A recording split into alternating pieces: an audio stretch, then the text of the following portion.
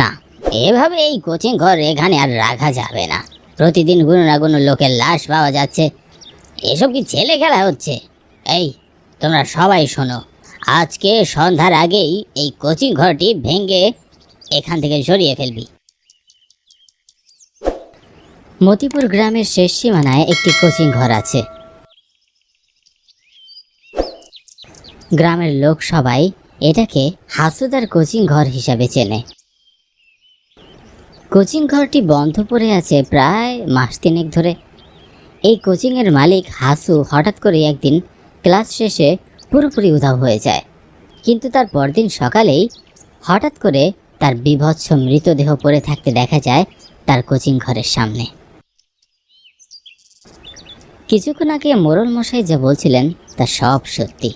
আসলেই হাসুদার এই কোচিং ঘরে অনেক নাম না জানা মানুষের লাশ পাওয়া যায়। তবে অবাক করা বিষয় হলো, এদের কারো বাড়ি এই গ্রামে নয়, এরা সবাই বাইরের মানুষ। প্রতিটি লাশের অবস্থা ছিন্ন ভিন্ন। কারো শরীর থেকে হাত পা কেটে আলাদা করে দেওয়া হয়, কারো পেট বা বুক চিরে হৃৎপিণ্ড বের করা, কারো মাথা কেটে শরীর থেকে আলাদা করা। এমন অনেক বীভৎস লাশ প্রতিদিন সকাল হলেই হাসুদার কোচিং ঘরের সামনে পড়ে থাকতে দেখা যায়। গ্রামের লোকজনের মনে এই নিয়ে আতঙ্ক বেড়েছে। এজন্য আজ সকালে একটা লাশ দেখার পর গ্রাম প্রধান এই কোচিং ঘরটি ভেঙে ফেলার নির্দেশ দিলেন। গ্রামের ছোট একটি পুলিশ স্টেশনে মাত্র 3টে পুলিশ, তাও আবার তারা একদম অলস। এমন সব মার্ডারে তাদের যেন কোনো মাথা ব্যথাই নেই। লাশ দেখে গ্রামের মানুষ পুলিশকে খবর দিলে তারা শুধু এসে লাশগুলোকে নিয়ে যায়, তারপরে তাদের আর কোনো খোঁজ নেই। তাই তো গ্রামের ছোটোখাটো সব সিদ্ধান্ত এই গ্রামের মোড়ল মশাই নিয়ে থাকেন।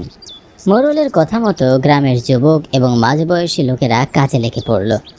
দুপুর থেকে শুরু করে সন্ধে রাত পর্যন্ত তাদের সময় লাগলো সেই ঘর ভেঙে ফেলতে। সম্মিলিত প্রচেষ্টাতেই তারা কাজটা শেষ করলো। কোচিং ঘর ভাঙার পর তারা সবাই যে যার বাড়ি ফিরে গেল।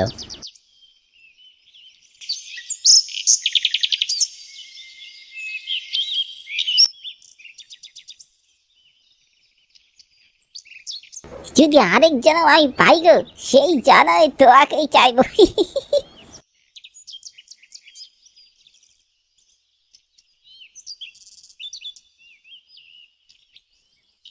ওটা কি দেখাচ্ছে? হাসুদার কোচিং ঘরটা না? কি আশ্চর্য! গতকালকে আমরা সবাই মিলে ভেঙে ফেললাম, অথচ এখনো এটা ঠাই দাঁড়িয়ে আছে। এটা কি করে সম্ভব? কৃষকটি ভয়ে উল্টে দৌড়ে মোড়লের কাছে খবরটি দিতে গেল।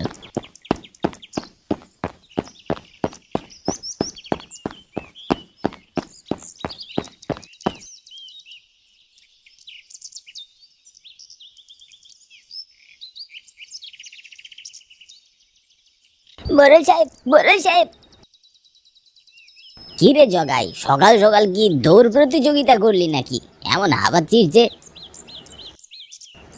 না না মোড়ল সাহেব, গতকাল আমরা যে কোচিং ঘরটি ভাঙলাম, আজ সেটি আগের মতো ঠাই দাঁড়িয়ে আছে। কি বলছিস কি এসব? সকাল সকাল বাঁ গিয়েছিস নাকি?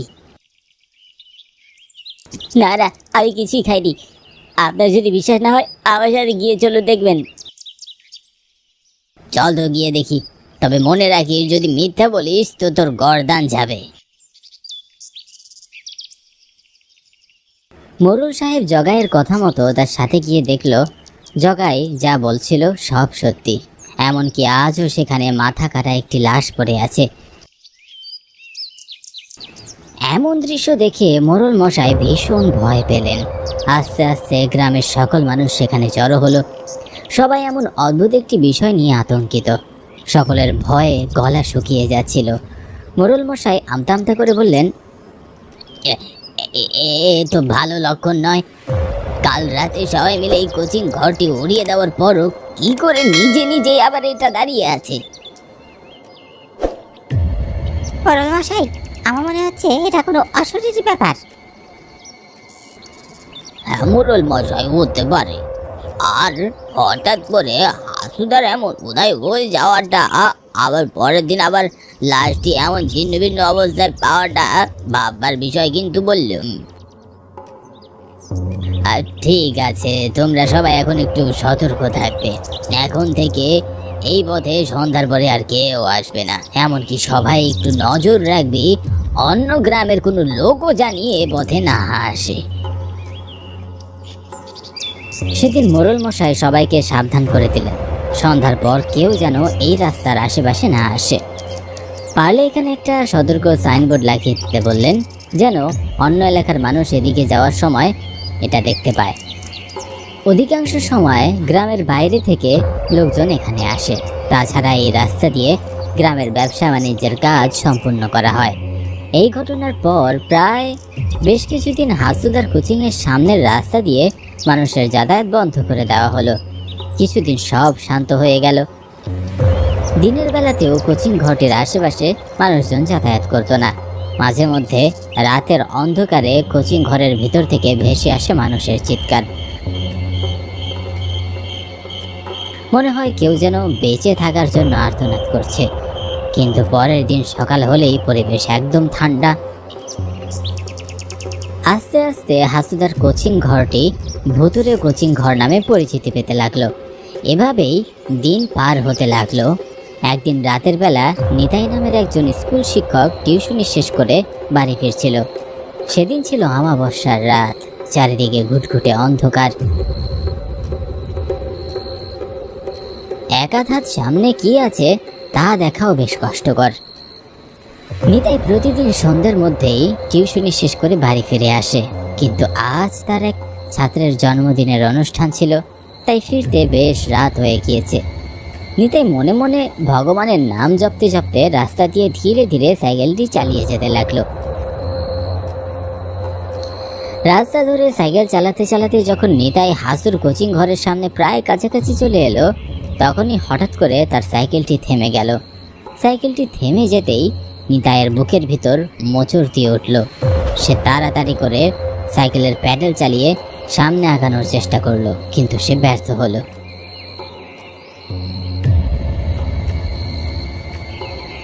আশ্চর্য ব্যাপার, সাইকেলের চেন তো ঠিক আছে, টায়ারও ঠিক আছে, অথচ সাইকেলটা সামনে এগোচ্ছে না কেন?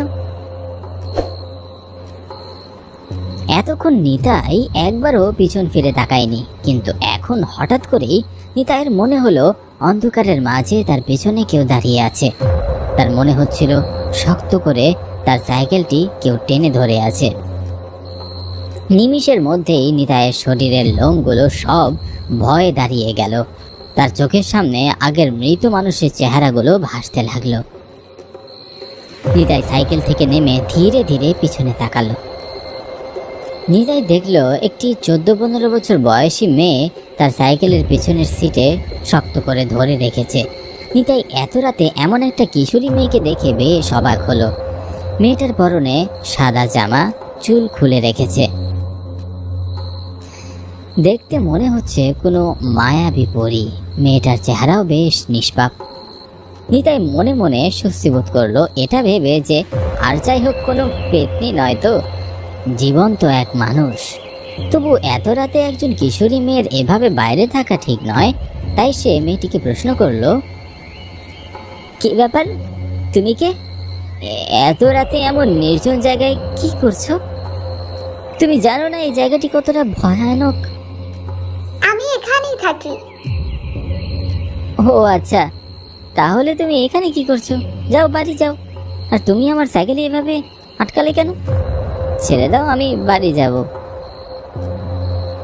আপনি তো এখন এখান থেকে কোথাও যেতে পারবেন না মাস্টার মশাই। কেন? কারণ আপনি আজকে এখনই এই মুহূর্তে আপনার প্রাণ হারাবেন। মেয়েটার এমন হাসি দেখে নিতাই ভয়ে শিউরে উঠল। সে ভয়ে কাঁপতে কাঁপতে বলল, কি কি কি যা তা বলছো? আমি বাড়িতে যাব কেন? কারণ আমি আপনাকে মেরে ফেলবো। একথা বলার সাথে সাথেই নিতাই মেয়েটির আসল রূপ দেখতে পেল। আর তা দেখার সাথে সাথে নিতাইয়ের মনে হলো তার পায়ের নিচের থেকে মাটি সরে যাচ্ছে। মুহূর্তের মধ্যেই মেয়েটির রূপ পাল্টে এক বিভৎস চেহারার অতৃপ্ত আত্মার রূপ ধারণ করল।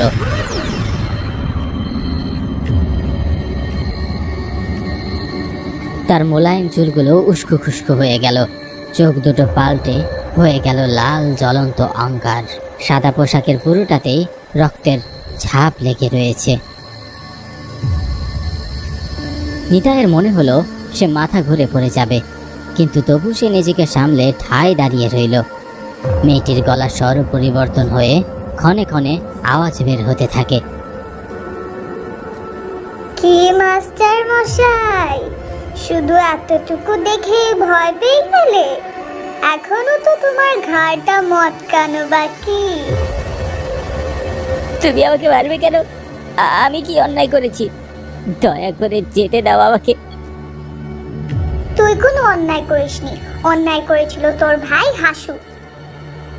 আমার ভাই? সে কি করেছে?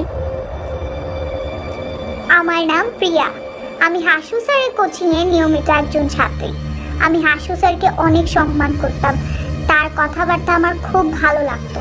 সে অনেক বুঝিয়ে বুঝিয়ে পড়াতো, কিন্তু তার দৃষ্টি যে এত নোংরা তা আমার জানা ছিল না। বিভিন্নভাবে সে তার গায়ের সাথে গা লাগানোর চেষ্টা করত, কিন্তু আমি এসবে কিছুই বুঝতাম না, কারণ আমার চোখে তিনি অনেক ভালো মানুষ ছিল। একদিন টিউশনি শেষে স্যার আমাকে বললেন, প্রিয়া, আজ সন্ধ্যায় কিন্তু তোমার এক্সট্রা ক্লাস দেওয়া হবে, মনে করে চলে এসো। হ্যাঁ স্যার, আসবো। ঋতু, রাধিকা সবাই তো আসবে, তাই না স্যার?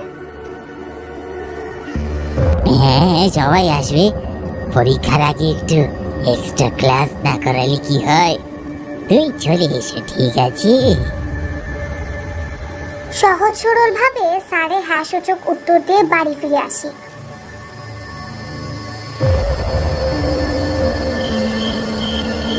সন্ধ্যায় কোচিং এ গিয়ে দেখি পুরো কোচিং একদম ফাঁকা। আকাশ কালো মেঘে ঢেকে আছে, মনে হচ্ছিল যে কোন সময় প্রবল ঝড় বৃষ্টি শুরু হবে। আমি মনে মনে ভাবলাম হয়তো আকাশ খারাপ, এই জন্য কেউ আসবে না, তাই ফিরে যেতে চাইলাম। ঠিক এমন সময় স্যার দরজায় এসে উপস্থিত হলো।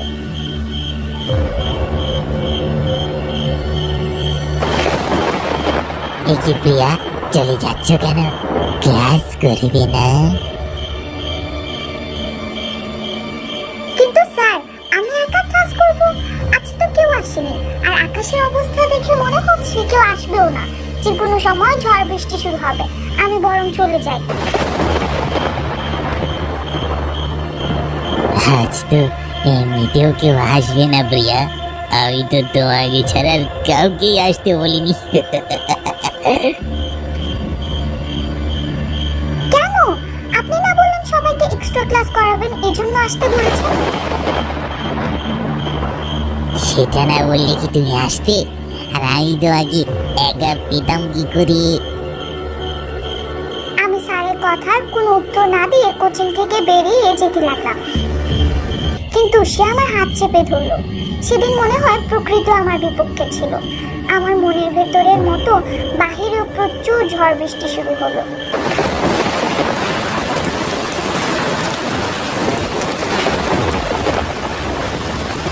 অন্ধকারের মধ্যে স্যার আমার সাথে জবরদস্তি শুরু করলো, এমন পশুর মতো আচরণ করলো যে আমি মুখে প্রকাশ করতে পারবো না। যে মানুষ সকলকে ন্যায় নীতির কথা বলে, তার মধ্যে যে এমন পশু বসবাস করে আমার জানা ছিল না।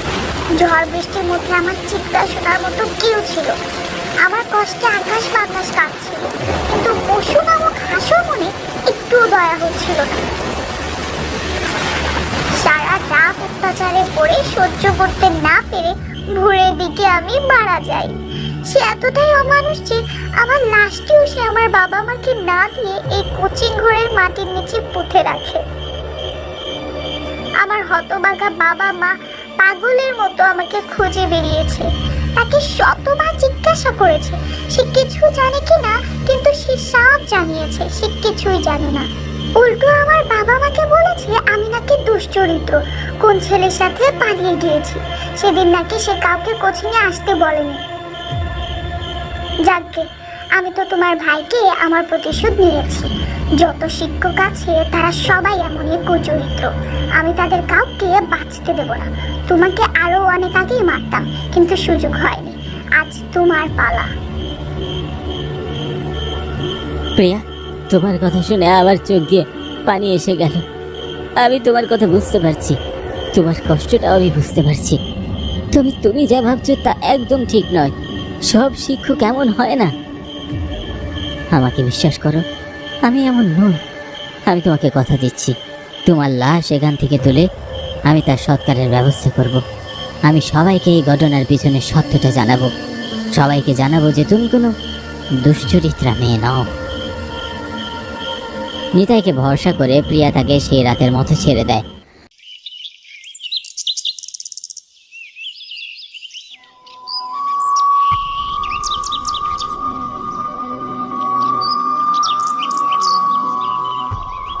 পরদিন নিতাই মোড়ল মশাইকে সমস্ত ঘটনা খুলে বলে দেয়। সব শুনে মোড়ল মশাই গ্রামের সবাইকে জানায় প্রিয়ার লাশ সেই ঘরের মাটি থেকে উঠিয়ে শেষকৃত্য সম্পূর্ণ করতে। এরপর থেকে গ্রামে আর কখনো কোনো খুনের ঘটনা ঘটেনি। নিতাই বা অন্য কেউ আর কখনো প্রিয়ার আত্মাকেও দেখেনি।